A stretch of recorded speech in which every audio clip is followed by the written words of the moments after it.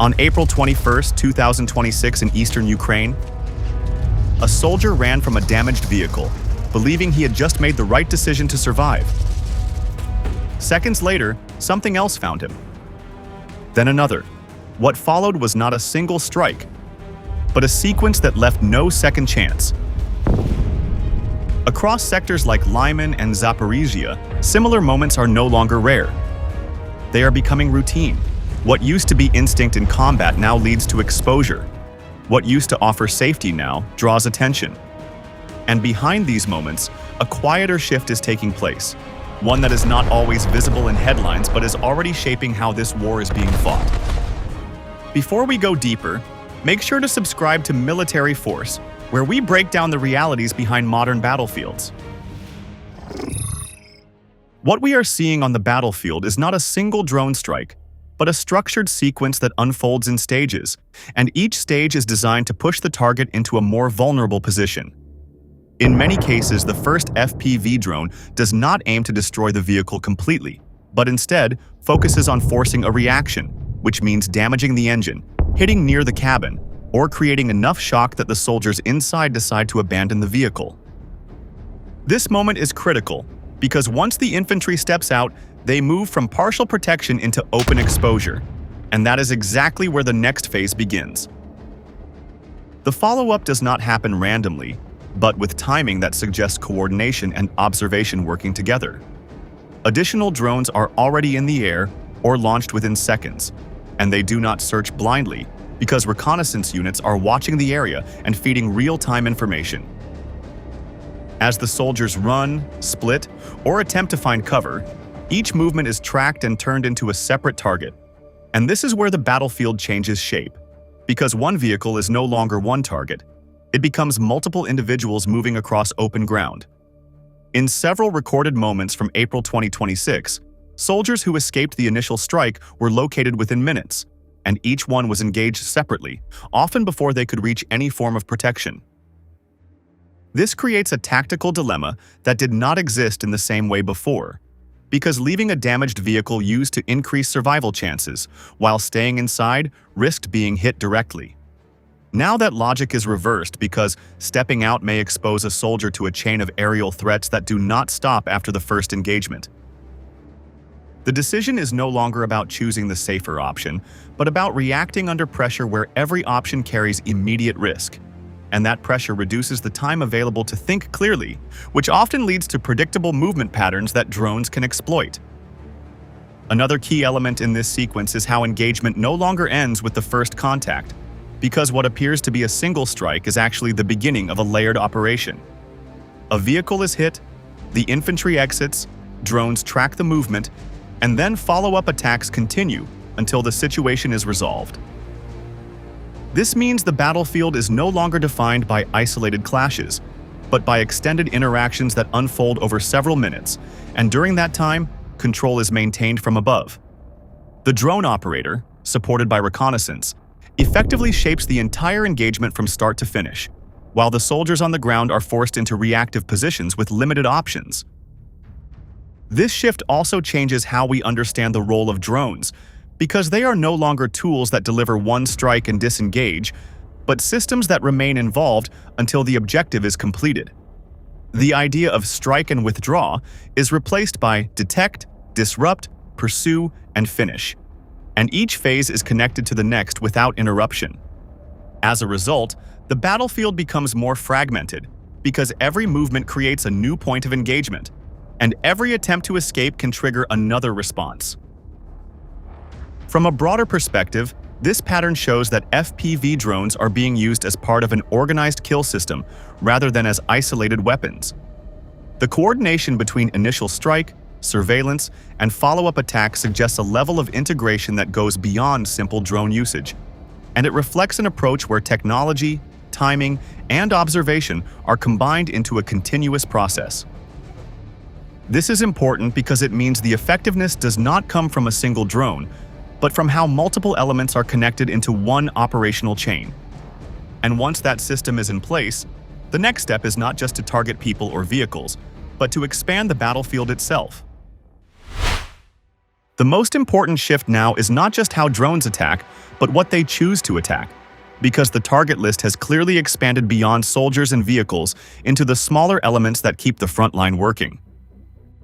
In many recent engagements, FPV units are striking communication antennas placed on trees, temporary shelters filled with supplies, abandoned trucks left behind after movement, foxholes dug for protection, and even small buildings used as short-term cover. These are not high-value targets in the traditional sense, yet they appear again and again in strike footage, which suggests a deliberate change in priority rather than random selection. The reason behind this pattern becomes clear when these targets are viewed together, because they form what can be described as the soft infrastructure of frontline warfare, and without them, even well-equipped units struggle to function effectively. A communication antenna is not just a piece of equipment, but a link that connects units to command, and once that link is removed, coordination begins to break down. A shelter is not simply a place to rest, but a layer of protection from observation and attack, and without it, exposure increases significantly. Supplies stored near the line are not just resources, but the ability to continue fighting over time, and once they are destroyed, operational endurance drops quickly. This creates a chain reaction that is not always visible at first, because the destruction of a single small target may not look significant, yet the cumulative effect is far more serious. When communication is disrupted, units cannot respond in a coordinated way, which leads to delays and confusion. When cover is removed, troops are forced to move more often, which increases the chance of detection. When supplies are lost, decisions become limited by what is still available, and this reduces flexibility on the ground. Each strike, even against a minor object, adds pressure to the system, and over time, that pressure builds into a wider loss of effectiveness. Another important detail is how these targets are often located close to active areas, which means they are easier to detect and easier to revisit. An abandoned vehicle may be used again later, so destroying it removes that option completely. A foxhole may protect multiple soldiers over time, so hitting it denies that protection for future use. A small building may serve as a temporary command point or observation post, so removing it reduces the ability to monitor the surrounding area. In this way, each strike is not just about the present moment, but about limiting what can happen next. This reflects a deeper change in how drone warfare is being applied, because the focus is no longer limited to eliminating visible threats, but has expanded to weakening the entire support structure behind those threats. In earlier stages of modern warfare, most strikes were directed at main forces such as armored vehicles or large formations, and the goal was to reduce combat power directly. Now, the approach is broader because it targets both the fighting elements and the system that allows them to operate, and this creates a more sustained form of pressure that affects every layer of activity near the front line. The result is a battlefield where survival depends not only on avoiding direct engagement, but also on maintaining access to communication, cover, and supply. And once those elements are removed, even experienced units face increasing difficulty. Soldiers may still have weapons, but without coordination, protection, and support, their effectiveness declines over time. This is why these smaller targets are being prioritized, because they are easier to replace individually, yet when removed together, they create a gap that is much harder to recover from. From a broader perspective, this shows that drones are no longer just tools for hunting individual targets, but are now being used to dismantle what can be described as the operational ecosystem of the battlefield. Instead of focusing on a single point of impact, the strategy spreads across multiple points, and each one contributes to a gradual weakening of the opposing side. This does not produce instant results, but it creates steady pressure that builds with each engagement, and over time, that pressure shapes the outcome in a way that is less visible but highly effective.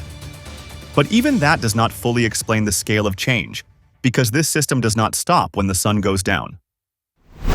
The battlefield is no longer defined by daylight, because in areas like Lyman, drone activity continues through the night and turns darkness into another layer of risk instead of protection. Reports and footage from April 2026 show repeated cases where vehicles moving after sunset were detected and struck, while individual soldiers trying to reposition were tracked across open ground, even without visible light. This marks a clear shift from earlier patterns, where night movement was often used to reduce exposure, but now it appears that the same window is being used to locate and engage targets that believe they are less visible. The reason this change is possible comes from the combination of thermal imaging and continuous UAV presence, which together remove the advantage that darkness once provided. Thermal systems do not rely on light, but instead detect heat signatures, which means a vehicle engine, a moving person, or even a recently occupied shelter can stand out clearly against the environment.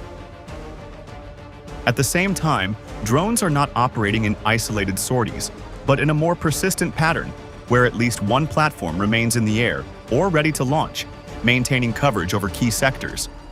This creates a form of surveillance that does not pause, and when combined with rapid strike capability, it allows engagement at almost any hour. This continuous presence changes how targets behave, because movement itself becomes more difficult to manage under these conditions. A transport vehicle traveling at night may still be identified by heat and then followed until a strike opportunity appears, while small groups moving on foot can be tracked based on body temperature and motion. Shelters that once provided rest after dark may also become visible if they retain heat or show signs of recent use, which reduces their effectiveness as safe locations. In practical terms, this means that traditional methods of avoiding detection, such as waiting for nightfall, no longer offer the same level of security. The tactical result is that there is no longer a clear, safe hour during the day, and this affects how units plan their actions. Without a reliable period to move or regroup, forces are pushed into shorter decision windows where timing must be precise and delays can increase risk. A unit that hesitates may lose the opportunity to relocate safely, while one that moves too quickly may expose itself before conditions are favorable. This narrow margin for error places additional strain on both planning and execution, because every action must account for the possibility of being observed at any moment. The psychological impact of this environment is equally important, because constant exposure leads to fatigue that builds over time and affects performance in subtle but critical ways. When soldiers cannot rely on night to reduce pressure, their rest cycles are disrupted, and this leads to slower reactions, reduced awareness, and a higher chance of making mistakes. Even small errors, such as choosing the wrong route or stopping in an exposed position, can become serious when drones are present, because detection may occur quickly and without warning. Over time, this creates a situation where stress is not limited to moments of contact, but becomes a continuous factor that shapes behavior.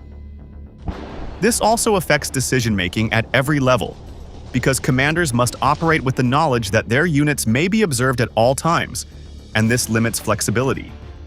Plans that depend on concealment or delayed movement become harder to execute, while coordination becomes more complex when communication must be balanced with the risk of detection. At the same time, individuals on the ground must make faster choices with less certainty, which increases the likelihood of predictable patterns that can be exploited from above. In this sense, the drone is not only a strike tool, but also a factor that influences how decisions are made under pressure. From a broader perspective, this development shows that drones are not only changing how targets are engaged, but also how time itself functions on the battlefield. The distinction between day and night becomes less relevant, and instead, the focus shifts to continuous exposure and constant risk. This does not produce a single decisive moment, but rather a steady process that wears down both physical capability and mental resilience. And over time, that process can be as important as direct combat outcomes. And as soldiers begin to adjust to constant exposure, the tactics themselves continue to evolve in ways that make movement even more dangerous. A new layer of tactics is now appearing on the battlefield, and it changes the nature of risk because drones are no longer used only in motion, but are sometimes placed in position and left waiting for the right moment to strike. In several recorded cases from April 2026, FPV units landed their drones near routes, supply paths, or likely entry points, and instead of attacking immediately, they held position until a target appeared. This method turns the drone from a direct strike tool into an ambush system, because it removes the warning that usually comes from the sound or movement of an incoming aircraft. The effect of this approach is immediate and wide, because areas that once seemed safe may already be compromised without any visible sign. A road that has not been used for hours may still be covered. A path leading into a shelter may already be observed. A supply line that appears clear may contain a hidden threat placed in advance. When movement begins, the response is instant, and the strike occurs at the moment when the target is least prepared. This eliminates reaction time, because there is no buildup, no approach, and no second chance to change direction. This creates a different kind of pressure, because uncertainty becomes part of every decision related to movement. Soldiers can no longer assume that risk only comes from active observation above, but must also consider the possibility that a threat is already waiting on the ground. This forces slower movement, more caution, and shorter distances between stops, which in turn affects how quickly units can reposition or resupply. Over time, this reduces operational tempo, because every step must be taken with the expectation that it could trigger a hidden strike. At the same time, targeting priorities are expanding in another direction, and this is visible in regions such as Zaporizhzhia, where drone strikes are increasingly focused on UAV crews and their operating shelters. These targets may not appear as significant as armored vehicles or troop formations, yet they play a critical role in how drone warfare is conducted. A UAV crew controls observation, directs strikes, and maintains awareness of the surrounding area, while their shelter provides protection and a base for continuous operation. When these positions are identified and destroyed, the impact goes beyond the loss of personnel, because it disrupts the system that allows drones to function effectively. Without trained operators, drones cannot be guided with precision. Without protected locations, teams cannot maintain long-term presence. Without coordination, individual units lose the ability to share information and respond quickly. In practical terms, this means that the removal of a single crew can reduce coverage over a wider area, and this creates gaps that are difficult to fill immediately. This approach reflects a deeper understanding of how modern warfare operates, because it shifts focus from visible outcomes to underlying processes.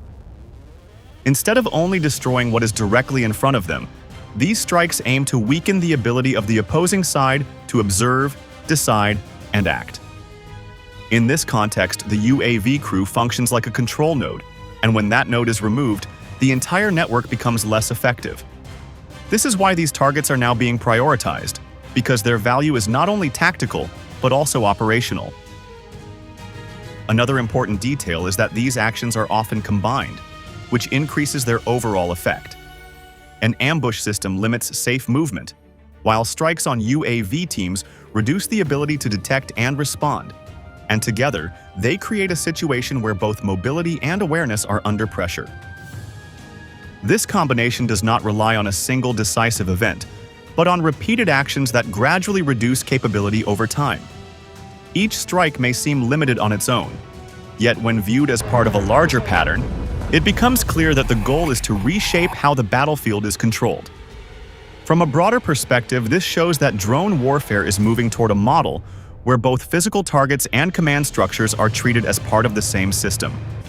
The focus is not only on what can be seen, but also on what enables action behind the scenes, and this expands the scope of engagement in a way that was not common in earlier phases of the conflict. As a result, success is measured not only by destruction, but by the ability to limit how the opponent can operate over time.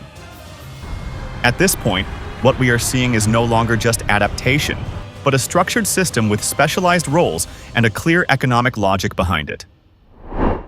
What stands out at this stage is not just the presence of drones, but the clear specialization in how different types are used, and this division of roles increases overall effectiveness across the battlefield. Kamikaze drones are designed for direct impact, and they are often aimed at precise points such as windows, hatches, engine compartments, or individual soldiers moving in open areas, which allows operators to exploit weak spots that are difficult to protect.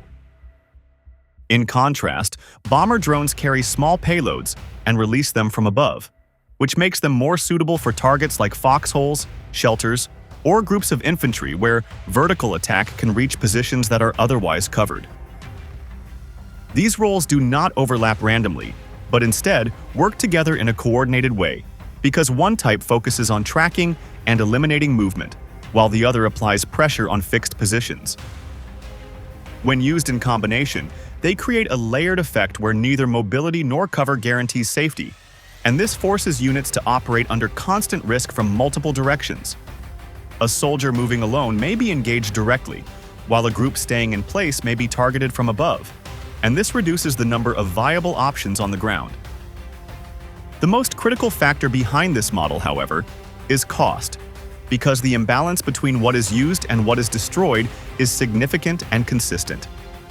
An FPV drone typically costs a few hundred to around $1,000, while an armored vehicle can range from several $100,000 to several million, depending on type and condition.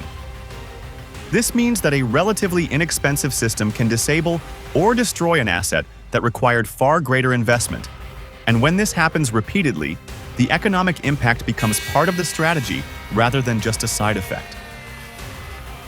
This imbalance is further reinforced by production capacity, because Ukraine has shown the ability to produce or acquire drones in large numbers within short timeframes, while replacing damaged heavy equipment requires more time, resources, and industrial support.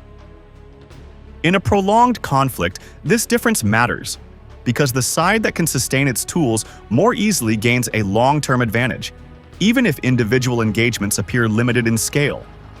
Over time, repeated losses on high-value equipment create pressure that is difficult to offset quickly. From a broader perspective, this reflects a form of asymmetrical warfare where efficiency is measured not only by tactical results, but by the relationship between cost and outcome. The focus is not just on winning a single engagement, but on creating a pattern where each action produces more strain on the opposing side than it does on the attacker. This approach does not rely on overwhelming force, but on consistent application of smaller tools that together shift the balance over time. And when cost, scale, and persistence come together, the result is not just tactical success, but a new form of warfare that unfolds over time. What this footage shows is a harsh new reality for Russian forces. Drones are no longer only destroying vehicles. They are turning every survival move into another risk. First, a truck is hit. Then the soldiers who escape are tracked. After that, shelters, foxholes, supply points, and communication links are struck one by one. This means Russia is not only losing equipment, but also losing the small systems that help troops stay alive and organized near the front. Over time, that pressure weakens combat power, drains morale, and makes movement feel dangerous even before the next strike arrives. This is not the old image of one large battle deciding the field. It is a slow, constant grind where every exposed route can become a trap. And the question now is simple. If Russian troops can no longer hide, how long can they keep fighting this way? Subscribe to Military Force for more battlefield analysis.